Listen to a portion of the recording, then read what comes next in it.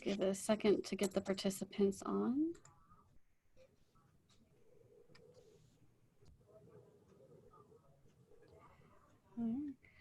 Welcome to Infopointe, Alphapointe's online learning platform. For over 100 years, Alphapointe has been a national leader in the education and employment of those with vision loss. Today's webinar is the second in our Wearables series. Last week, we talked about wearable technology that provided magnification for those with low vision. Today, we're going to be focusing on wearables for people with total vision loss that provide auditory output. So a little bit of housekeeping to get us started. This webinar is designed with accessibility in mind. So when we have slides on the screen, we will be describing them. My slides have a black background with yellow type. So if you have low vision, you may need to toggle off your color enhancement software. If that's Zoom text, the key command for that is caps lock C. There is a chat box either at the top or bottom of your screen, depending on where you have your ribbons set. You'll see a control bar, or you'll encounter a control bar, and you have an option to chat and share information there. And then there will also be a question and answer period at the end of the webinar. And so during the webinar, if you have questions, you can put those in the question and answer box, and we will answer them at the end. Joining us today, we have Amy Wagner from NanoPack, who was on our webinar last week with the wearable technology for magnification, and is joining us again this week. And we have Scott Thornhill, Alphapointe's public policy senior manager, and he is somebody that has used some of this wearable technology, so he'll be able to tell us about his experiences. Objectives for today's webinar: we want to compare wearable products, list considerations that you might have when deciding if a wearable product is right for you, and explain what the benefits are. So we want to start with Scott. Scott, you have used the Aira glasses in the past, correct? I have. I've used the glasses, and I've used it through my phone with just using the app as well, and a couple of different versions of the glasses in the past. So, can you explain to us how you've used Aira? Kind of what is Aira? How have you used it? Yeah, so Aira is it's unique or has been considered unique from the standpoint that you have a live individual on the other end of the phone, essentially, and so through an app on your phone, you can access someone who can look through either the glasses when they were in use, or through your phone's camera. Essentially, that individual can look at what you show them. So if you point, you're looking in the direction of something, you're looking at a menu, you're looking at, a train schedule, whatever it might be, the person on the other end of the line is able to read that for you in real time and tell you what you're looking at. I have personally used it for a number of different things, all the way from making sure that the can of food I was about to put in a recipe was the right thing. I wasn't putting the wrong ingredient in a recipe, to being in an airport and wanting to make sure that, I was going to the correct gate if I didn't have someone assisting me. I've also used it in navigating, streets on my own in a place I hadn't been in before, still utilizing my cane, of course, Jesse, and, other skills, but having that extra sort of set of eyes, literally, that could see the things that I, could not see, and sort of help fill in those gaps a little bit. So I've used it for a number of different things. I do like that you threw in there that you still use your cane in case we have any orientation mobility that's right. That's right. And it's important, Jesse, I would point out, it is important, and Ira stresses this too, that it's important that you not abandon those other vital skills in the process of using something like Aira, or any product like this, because, for example, they have a policy. I believe now they've modified it a bit, but they had a policy where when you were crossing a street, they would be completely quiet, and I think that came from maybe a liability standpoint of they're not going to tell you you're good to go, kind of a thing. So you still need to utilize those other skills. But, traveling for work, if I'm in a hotel room and I need to I want to change the temperature in the room, which I always did, always wanted to make it lower. I could call up, have someone look at that thermostat, tell me, because the buttons are all different in different hotel rooms. So look through that and tell me this is down, this is fan, this is whatever, make sure I'm using the shampoo instead of the lotion on my hair, just little things that become important. So. Well, thank you, Scott. I know that you've talked to me about traveling with this and how that has helped you to be more independent, because you do frequently travel on your own for work. I do quite a bit. And so, being on my own, most of the time between Uber now, I will say, obviously in the past few months, it's been different, but, between Uber and someone assisting me at the airport and, I'm not shy about asking for assistance if I need it, but I also want to have those times of independence when, if I can do something on my own, I want to do it on my own. But at times there are also, you don't want to, out of pride or whatever, do something that might be dangerous or whatever. So I do like to have that extra set of eyes when necessary. I will point out, though, just in full disclosure, that the connectivity when you're using something, like an Aira service, connectivity can be challenging because they're relying on essentially, a Wi-Fi or a cellular connection in order to communicate. And so there could be times when, the connectivity just wasn't great. And so they wouldn't have the video or whatever it might be. And so you do have to work through those challenges. It's gotten better. But I would also say that there are other things that they do being a live individual. So you can set up your Uber account with them if you want, so that they can actually track the car. They can order the Uber for you if you set that up with them. There are some other aspects of GPS type things that they can. I've gone to meetings where while I'm in the Uber, they're looking up the building I'm going to be entering so that they can have me tell the driver which door I should be at. Here's what the driver will be seeing, so you're at the right door. And then, they would kind of scope that out ahead of time for me so that when I got there, I wasn't then totally stressed out and trying to figure out some of that detail myself when I got there. They could look at it from a Google Maps or whatever perspective. And so there's some little things like that that are also, helpful in that regard. Yeah, and one thing we should mention about Aira is that they just very recently discontinued selling the glasses. I have a pair that I'm holding up to the camera here of the old glasses. They've gone through a few iterations of, sorry, my camera's weird. So they've gone through a few iterations of these. And so right now you cannot purchase the glasses from the website. They said they are working on a new set of glasses to address some limitations that they had with the current setup, which is why they were discontinued, was they had some limitations with the glasses they were using. So in the interest of disclosure, we did go ahead and include it because a lot of people have heard of Aira. They've heard testimonial of people with the Aira glasses. And so we wanted to talk about, and you've used them as a wearable and as a handheld, so you can still do the app. Yes. Which is AIRA is how it is spelled. And the app is, and Aira is a paid service. So you do have zones where you can use it for free. So for example, some places like Walgreens have paid Aira, and they're a partner where if you're using the app inside a Walgreens, you don't have to pay the money for it. Otherwise, it's similar to an old style cell phone plan that you're buying a block of minutes, and you can use up to those minutes in that block. They have different plans on their website. One of the benefits of Aira over a totally free service like Be My Eyes is that their people are background checked, because privacy can be a concern. If you're opening a piece of mail, you don't know what it is. You want to make sure that your information is being kept private. They're also fully trained in how to describe something to somebody with vision loss. So in reading reviews of Be My Eyes versus Aira, what I found people say is that there was less lag time between the call getting put in and being taken with Aira because they're paid staff versus Be My Eyes, which is all volunteer.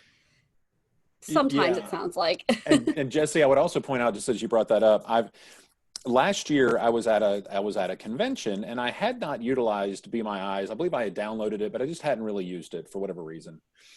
And I found I decided I wanted to use both just to sort of get an idea. And And I think what you're saying is very accurate in terms of the times. Also, that training of the agents and if I'm doing something for business or personal mail, like you mentioned, or if I'm doing something for work and I have a document and I'm having them read something that could be considered, confidential to an extent, I do want to make sure that that individual, is not someone that's whatever, gonna take that and use it for purposes that obviously I wouldn't want.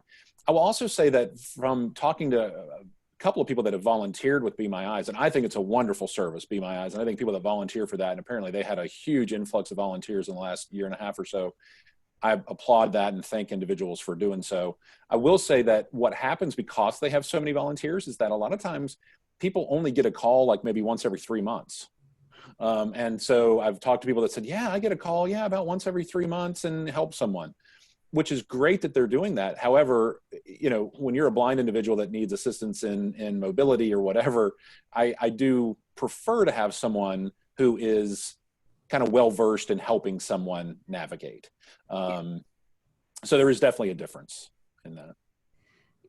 So we have with us Amy Wagner from NanoPack, and so this is, I'm sure people on the webinar are saying, well, this was a webinar on wearables. Why are we spending this much time on something that's not currently a wearable product? But we did want to have somebody who's used the wearable illustrate how it has helped them. And so at this point, really the market has come down to one specific brand of wearables for people with total vision loss, and that is the Orcam, which has a couple of different devices. And so Amy, NanoPack, you all sell the Orcam, correct? Correct. So could you kind of give us an overview of the Orcam and its the different products and their benefits? Sure, I'd be happy to. So first off, I will show this to the camera. So this is that visible okay? Yes, for those with vision, we can see it. Right, yes, for those on here who, yes. Now that, showing this, it's about the size of your finger and weighs just under a pound. So very lightweight. I do have a lanyard that is attached to it, which is optional, but so that it can be, when it's not on the glasses, it can be detached and then it can hang around the neck. And with that said, I'll just share my screen here and then we can talk through. Oops. See here. Try that one more time, sorry. Okay, so I mentioned this is called the My Eye. There are currently 3 different versions available. So there is the My Eye, there's the My Reader, and the My Eye Pro. So we'll kind of walk through the differences here, but to start off, just the Orcam in general is right now is the most advanced wearable assistive technology. It provides independence by allowing access to visual information conveyed by audio with a tiny camera, which is magnetically attached to any pair of eyeglasses. So for those that are completely blind and don't wear glasses, it comes with a faux pair of glasses. And then that is and with the mounts and the lanyard. And so how does this work exactly? There's an advanced optical sensor that captures an image of the surroundings and communicates the information audibly. And this is all done without the need for a smartphone or Wi-Fi. Any type of text, including newspapers, books, computer and smartphone screens, restaurant menus, labels on products, along with people's faces and other visuals such as banknotes and color recognition. These are all instantly converted into audio for transmission through a tiny speaker that rests just above the ear, or it can also be converted through a connected Bluetooth audio device. It's easily activated by tapping on there's a touch bar that runs along the side of the device. So you can simply tap to activate the scan, or you can use what they call intuitive pointing gesture, where it's an upwards finger held in front of the text itself. both allowing allowing for hands-free use with all of this because it's mounted to your glasses. Now, as far as the reading text recognition, there are several different ways that can be done.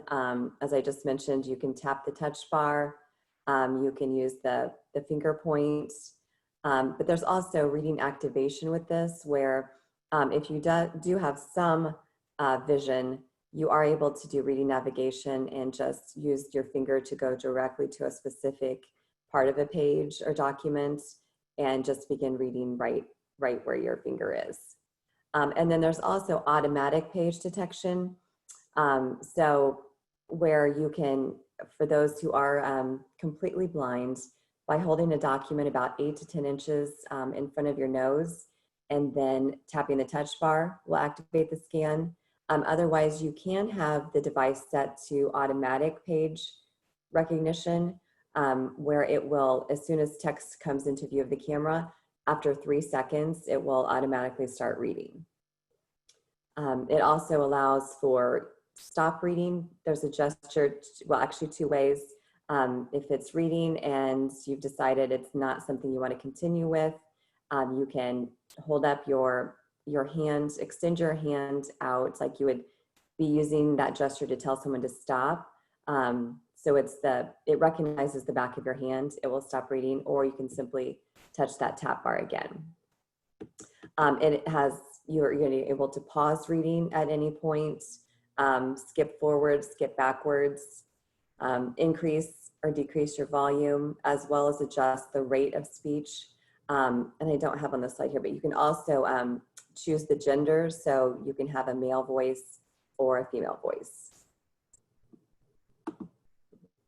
Now there's the new feature, which is called interactive reading, which has just been added, and that is only available with the Pro version. This allows you to ask for text that interests you, so you can have it, you can scan the entire document. Let's say, for instance, it was a newspaper. It will scan the newspaper, and then you can continue to tell it to read the headlines. If it's something, let's say it's a bank statement, you can just have it read the amounts. You can tell it to start from a specific section, such as if it was a restaurant menu, you could tell it to start from desserts. And as I said, that's only available with the Pro version. Facial recognition is available with the My Eye itself. This enables an individual to recognize loved ones, friends, and coworkers that are all announced in seamless real-time recognition. And the device does allow for up to 100 faces to be stored. And it just takes a few seconds to actually store the other individual's face. And then you're able to name that person. And then the next time that face comes into view of the camera, it will announce that person's name. There also is banknote recognition, and this can be set to automatic or simply by tapping the touch bar. So as far as currency, it's only the notes, no coins. Also color recognition.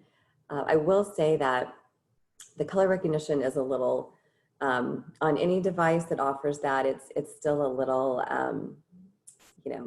they all still need a little bit of work because there's so many factors that play into the color recognition. But it does do a decent job with that. It just, so many factors as far as lighting and so many different shades of colors. But as I said, it does a pretty decent job with that.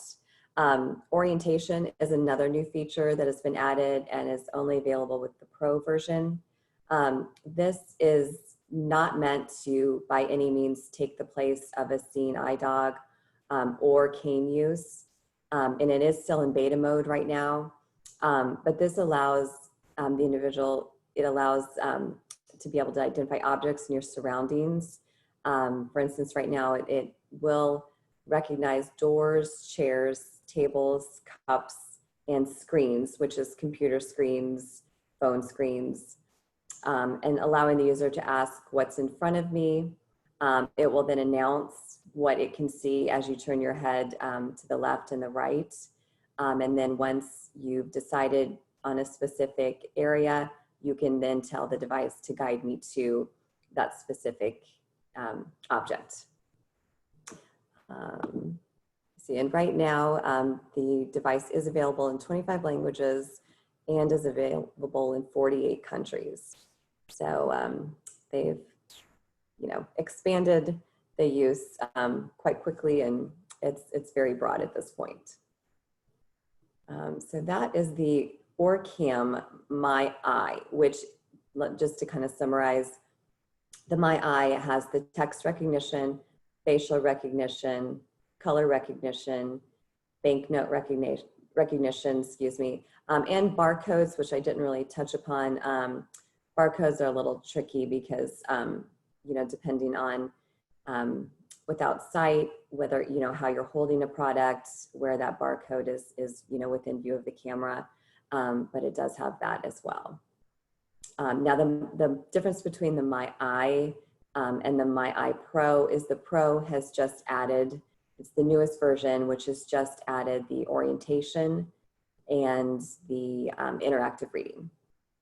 And then there is also the My Reader, which is available, and that is for those individuals who just are interested in text recognition only and are not interested in any of the additional features that I just discussed.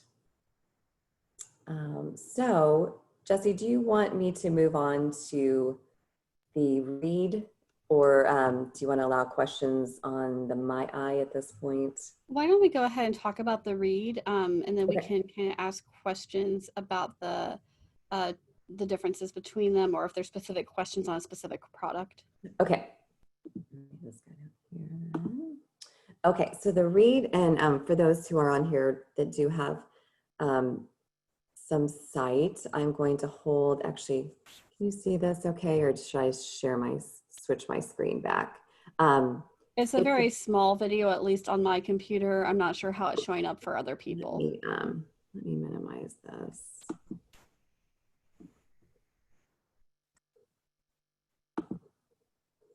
Let's see.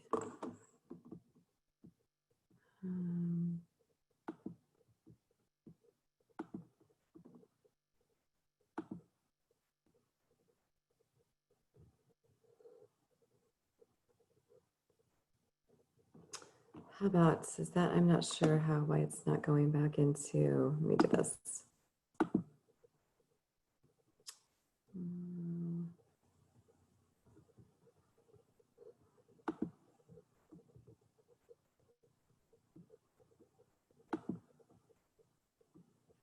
Gosh. I got it for you, Amy. Okay. All right, sorry about that. So this is the read is about twice the size of the My Eye. And this is actually just a handheld scanner. So this is not a wearable, but since it's so new, we've just kind of tied it in with this webinar. But yeah, so this also has it ability to have a lanyard that's attached and just have it hang around your neck when you're not using it. So I will flip now to, sorry, Jesse, it's not letting me switch back now.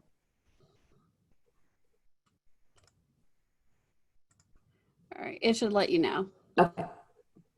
There we go. And while she's switching, I did see a question about, is this, what does it sound like? Does it sound like a person or a voice? The voices I've heard on the OrCam, and I've heard an older model, were pretty good, but there's still the electronic voices. It's not, you have that electronic quality to the voice, similar to like a screen reader. Would you agree, Amy? It is, I feel like it's come a long way. The OCR capability, the processing is not only very fast at this point, like incredibly fast. And I'd be happy to, after I get through the read here, the description, to take a scan so everyone can listen to that. But I do feel like it is much more fluid, a little bit more of a conversational speak, but you know, I guess that's may sound a little bit different to each person as well. But yes, I do feel like the OCR has come a long way. Okay, so the Read, as I mentioned, is that it's the first of its kind handheld device. So it's basically a portable scanner with a smart camera that will read text from any printed surface or digital screen. This one is marketed for mild to low vision because it is, as I mentioned, a scanner. So it does require the ability to point the scanner itself to the text. So it is for mild, low vision, reading fatigue, reading difficulties, including dyslexia, and for anyone that consumes large amounts of text at a time. It's instant, it's intuitive, and it's easy to use. As I mentioned, it's wireless, completely wireless, lightweight. It does use offline operation, so there's no Wi-Fi required. And it does have 2 intuitive laser guidance options. So it gives you the option of capturing a full page or using the cursor to just choose right on the document where you'd like to begin. And this is just a kind of a comparison we ran through just briefly, but the My Eye is wearable, the My Reader is wearable, the My Eye has all the different functions, the My Reader is text only, and then the Read is a handheld portable scanner, which at this time only does offer text recognition, but OrCam has stated that they are going to roll out more of an a la carte platform. So rather than having to have just one with everything, one with just text, you will have the ability eventually, hopefully soon, to kind of pick and choose the features and just, pay for what you want basically with that. And that's it. So if we want to take questions, or I'd be happy to go ahead and do a scan so everyone can kind of listen to the voice on it. If you could do a scan, I think that would be helpful for us to hear what that voice hears, what that voice sounds like.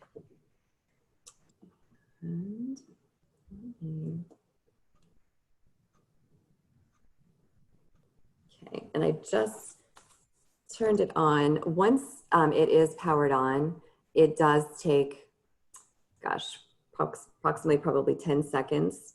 And then it will tell you that it's ready. It will announce the battery level. And I will just kind of describe, so the one that is the camera, the other end, the opposite end of the scanner does have a place to plug in earphones, or you can also Bluetooth this.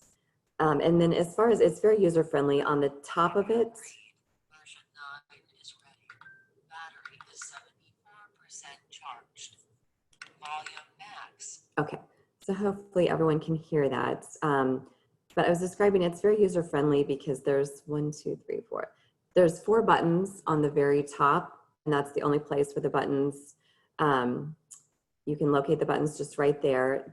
There's a round button just in front of the camera that initiates the scans. That's the trigger button. Then and these are all tactile as well. There's a plus for volume, minus for volume, or those, once they're in scan mode, those activate fast forward and rewind. And then other than that, there's just the on off, the power button. And that is it. So let me go ahead and I'm just gonna scan this. And for those that are on here that do have some sight, I'm just simply holding this in front of the document here. I'm going to turn this way to see, is that in view for those who? Jesse? We can see the top third of the page. Yeah, there, that's more visible. Okay, so I'm going to do this, and there is a red laser that is in the middle of it. So I'm going to point and click. The scientific Phenopalatin ganglion neuralgia. Canadians say sorry so much that a law was passed in 2009 declaring that an apology can't be used as evidence of admission to guilt. Back when dinosaurs existed, there used to be volcanoes that were erupting on the moon. The only letter that doesn't appear on the periodic table is J in 2006. A Coca-Cola. Okay, so. So we learned a lot of interesting trivia. I Right. did not know that was going to be part of the presentation today. Oh, some fun facts, right? Yeah. So I hope everyone can hear that okay. So that is that's the current, and obviously I have it set to a female voice, but you can also have a male voice, as I mentioned. And this one right now, the read is only available, as I mentioned, the My Eye is available in 25 languages. The read right now, since it's so new, is only available in English or Spanish, but they're working on those other languages for this as well. So I know we have a question, are any of the products covered by insurance? And unfortunately, the answer to that is no at this point. Insurance is not covering these, but there is the National Federation of the Blind has partnered with OrCam. So anyone that is a member is able to get a discount on OrCam products. And then there's also, Missouri Council for the Blind, who, that's a grant process where you apply and, submit the application. But if approved, then, there's the possibility that they could help with partial funding as well. And the question kind of goes on to see if Voc Rehab would cover it. That's up to individual agencies. We just recently saw Voc Rehab cover this in one of the states that we work with for a client because it was part of the adaptive technology they needed to perform their job. And that's the first time I've seen it covered by a Voc Rehab agency. We've also seen the VA cover these for veterans. In fact, it seems like that's the population I see most using the OrCam specifically are veterans, because many of them get it through the VA. So I'm not sure what state the person who asked the question is in, and we can certainly never make a guarantee for another agency. So if you think that a person that you're working with might benefit from a device like the OrCam, you might want to talk to the Voc Rehab department that works with the people who are blind in your state. Whether if you're in Missouri, that might be Rehab Services for the Blind. Kansas, just across the border from us, is their Voc Rehabs through DCF. So each state kind of has it broken up differently. Right. And then, sometimes employers can cover as well. So I know that here at Alphapointe, we have a business agreement with IRA. And so Scott, you were using IRA through the minutes that Alphapointe has as a business. So that can also be another option, that sometimes a business may be willing to cover the expense of a piece of adaptive technology for somebody who's working there. So it just never hurts to ask, but it's been kind of a wild west of funding. Correct. Yeah, Jesse, sorry about that. I didn't know if you wanted me to comment on that. That we did have, block of minutes with Alphapointe, and what something you mentioned earlier is important, I think, to highlight one more time on the just on the IRA piece for those who might be interested in it. There are certain places, a lot of airports, your IRA minutes are free, meaning they don't count towards your plan. Some cities, New York City, sort of like the MTA or the subway in New York City has, your minutes don't count towards your plan. So you'll have it pop up when you're in a particular place, and it'll say basically that your minutes are being provided, whatever the terminology is, free of charge or not counting here because this is an IRA free zone or something along those lines.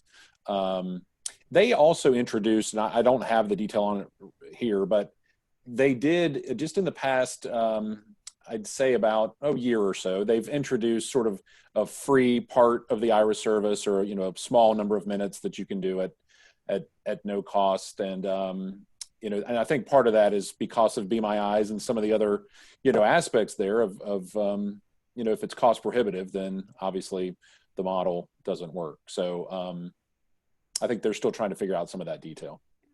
So they do have the guest access, because there was a question on pricing that's free, and that gives you the smartphone app, Ira Access Call. So if you're at one of the places that has it, and then the occasional offer. And then the intro is $29 a month for 30 minutes, $99 a month for 120 minutes, and then $200 a month for 300 minutes. And they do also have a feature where you can do a message instead of having to have it on video. So like if you're in a conference or something, you can say, hey, I can't talk right out loud right now. And you can ask them what you need to ask them. So that's kind of it's an interesting way. And you can even use Braille input if you use a Braille input device. So, you know, and Amy brought up some really good points. You know, Orcam, which is a great product. You know, it's the logistics of things can be really interesting sometimes. And I love what she was pointing out about some of the different ways you can utilize Orcam. You know, I've found with Ira in different environments, Jesse, like you were just mentioning. So, and blind folks know what I'm talking about for sure, that the logistics are probably 98% of our life. Figuring out how you're either going to get from here to there, or how you're going to get this done in a way that most people don't think about. So if I have a document in front of me, and maybe I don't have an app, you know, there's apps out there that we've talked about before too, that you can utilize for a document. But you know, like with Ira, I can be on the phone with them. They can take a picture of my document and basically send it back to me in an email or something, so that there's some logistical things that are interesting, depending on predicaments that you might find yourself in. So these products are really advancing, and I think there's just, it's great. It's really great to experience that. Now, Amy, what are the price points on the Orcam, which is the one product that is still wearable as of right now with this webinar? Right. So the My Reader is $3,250, so just a little less than $3,300. The My Eye is $4,250, and the My Eye Pro will roll out at $5,250. So they're fairly comparable to the prices that we're seeing for some of the magnification software. Correct. Or magnification devices. Right. And then just, so the Read, just FYI, then the Read, just the handheld scanner, is $1,990, so just a little less than $2,000. So right along the lines of just the desktop scanners, as well. But much more portable. Right. Yeah, this one you can actually take with. Yeah.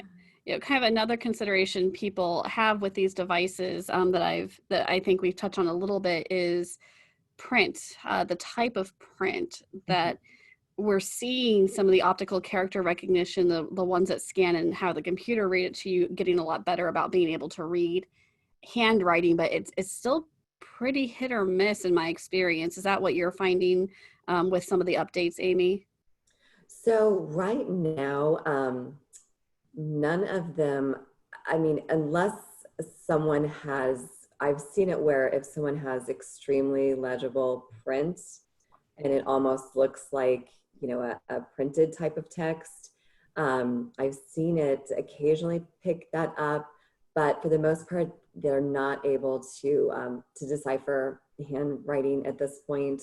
And that's, you know, I've been told it's just because there's so many variations in handwriting as well. So right now it is any kind of standard printed text or digital text is what it can scan and read. Yeah, and so that's where having more than one solution. So if you are looking at a truly wearable device like the Orcam, My Eye, knowing that if you have something handwriting in front of you, then having an app like Be My Eyes or Ira with a live person that can help you with handwriting. So sometimes you might have to have multiple solutions available. Exactly. Well, do we have any other questions from the audience today? We've had a lot of really good questions about these devices. And so, in the last two webinars, this one and the last one, we talked about different wearable devices, that there's some really good ones for total vision loss. There's some very good ones for magnification. Unfortunately, there is less choice out there for somebody with total vision loss really right now until Ira gets new glasses. The only truly wearable device is the Orcam that we have found. But there's other apps that can also perform some of those same tasks. You just don't get the benefit of the hands-free, and they may not be quite as robust as the My Eye. All right, Scott, is there anything that you wanted to share before we log off today? Once you unmute yourself. Let me see if I can unmute you. Nope, it won't let me. So while Scott is attempting to unmute, Amy, do you have any parting thoughts for our audience today? Just that's the technology continues to, just move forward, which is great with these devices. Hopefully with that, there'll be more, my hope is that there'll be more help with the funding for these devices. So, Jesse, I'll definitely keep Alphapointe updated on that as well. But if anyone is interested, first off, thank you for everyone's time. If anyone is interested in seeing any of the My Eye, My Reader, or the Read itself, these will be available. I know Alphapointe does currently have the My Eye, and I'm sure that the Read will be available through there too. So if anyone is interested in just having a demo, I'd be happy to meet at Alphapointe to kind of show these. But yes, these are just FYI, these will be available through the Alphapointe store.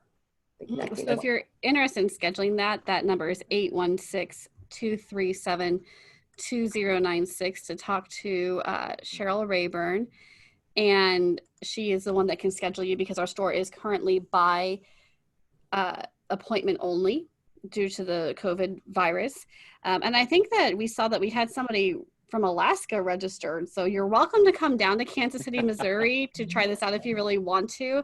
Otherwise, if you're interested in demoing the Orcam, if you go to the Orcam website, they can probably hook you up with a local vendor, because NanoPack is not in Alaska. Is that correct? You're not. It's not, no. It might be a good business trip for you. It wouldn't be a bad one, especially when it's 90-something degrees. Right. But Jesse, and I did unmute myself, finally figured it out. But and Amy was spot on about the funding piece. It's twofold for me. One is the technology, which is very exciting.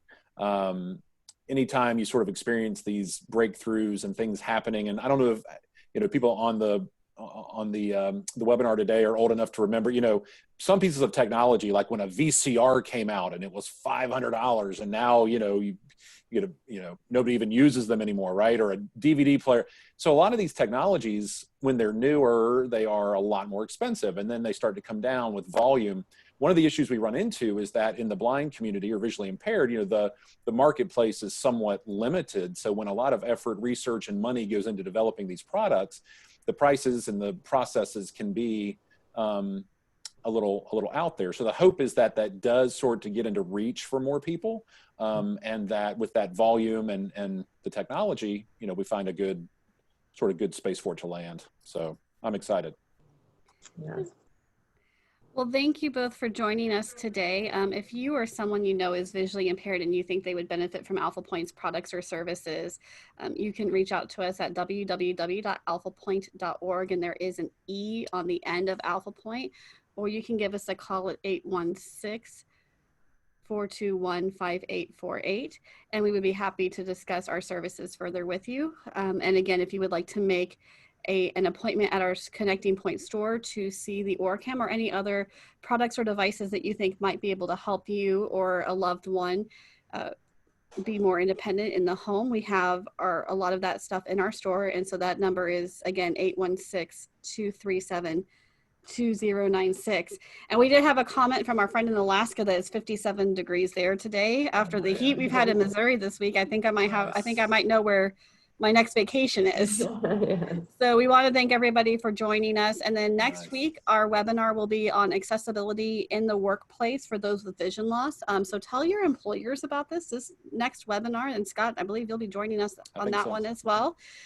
Is really designed more for employers. So if you have employers that you're working with that you think would benefit from learning more about how they can accommodate those with vision loss on the job, that is the webinar for them. Same time, 2 p.m.